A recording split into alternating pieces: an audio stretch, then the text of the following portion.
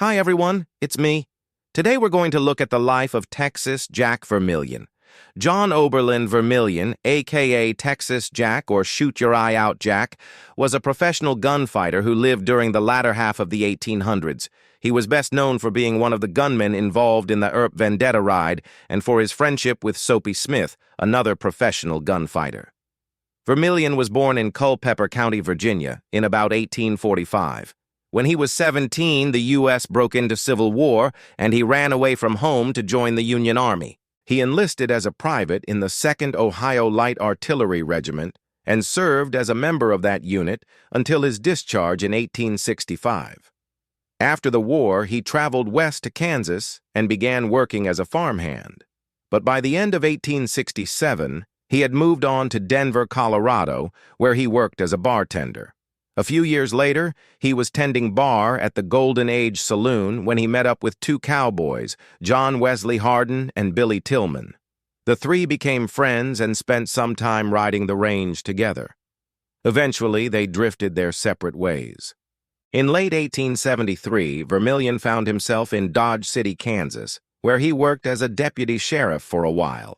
His friend Billy Tillman had become notorious there as the man who killed the outlaw Phil Coe. That all changed in July of 1876 when Tillman was killed in a fight with a group of cowboys over a card game in a saloon. According to Dodge City Sheriff Charlie Bassett, it was really a robbery gone wrong. But if that was the case, Tillman wasn't the only one involved because Vermillion was arrested and taken to jail. But before he could be processed, a group of armed men burst into the jail and took him out to hang him. Fortunately for Vermillion, the sheriff and his two deputies were able to break through the mob and take him to jail. To protect Vermillion, the sheriff arranged to have him secretly taken to Texas, where he was given the alias of John B. Davis. To add to the confusion, Texas Governor Richard Koch issued Vermillion a pardon for any crimes he might have committed in Texas. There's no record of Vermillion ever setting foot in Texas, and the whole story has been called a hoax by some historians. It makes sense, though, that Vermillion would want to hide his face and his identity in those days. Not only was he wanted for murder in Kansas, but also in Oklahoma Territory. He managed to evade law enforcement for several years, although he did have several close calls. Once he got as far as Indian Territory before being recognized and forced to return to Dodge City. In fact, he was arrested twice more for murder in Dodge City, but both times he was able to post bail and avoid trial. It's not known exactly when he left Dodge City, but he ended up in Tombstone, Arizona, where he became a deputy sheriff under legendary lawman Virgil Earp. When Wyatt Earp, Virgil's brother, came to town, Vermillion tried to convince him to arrest him so he could finally get his problems with the law sorted out. But Wyatt refused, and so did every other lawman in town.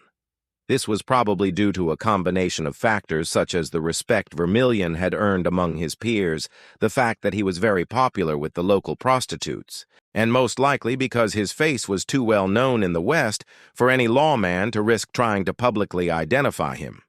In November of 1880, a traveling salesman named Jim Short was robbed by a gang of cowboys in the St. Charles Mountains. 2 months later, he identified 4 of the men to the sheriff and swore revenge on them. On January 16, 1881, Sheriff Fred White, along with Short and 3 others, rode into Charleston, Arizona to confront the gang.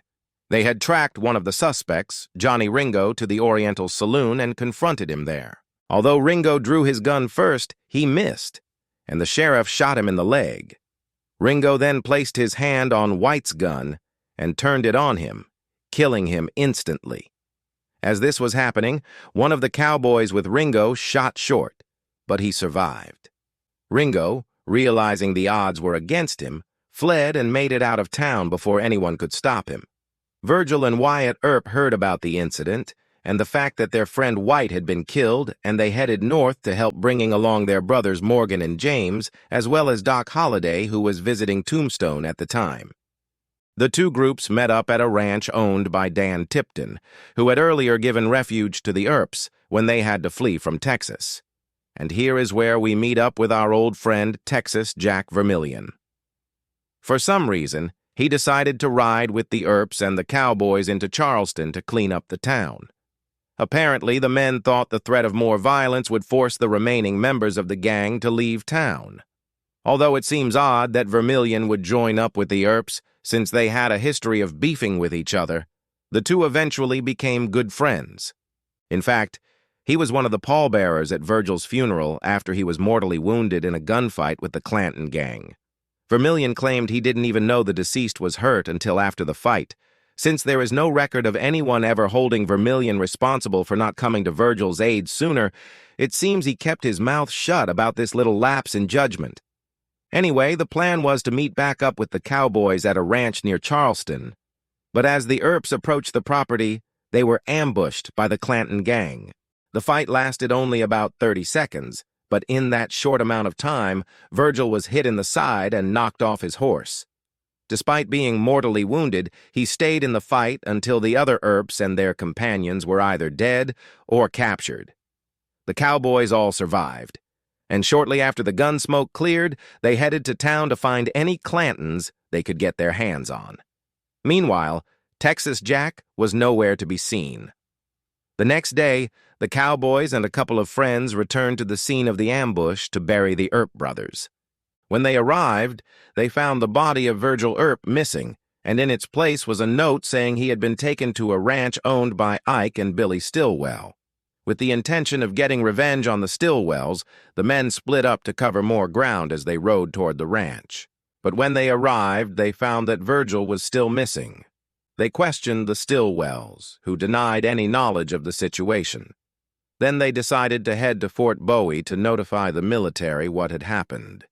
Before leaving, they tied their horses up outside and went inside to use the outhouse. When they came back outside, they found that someone had untied their horses and ridden them away.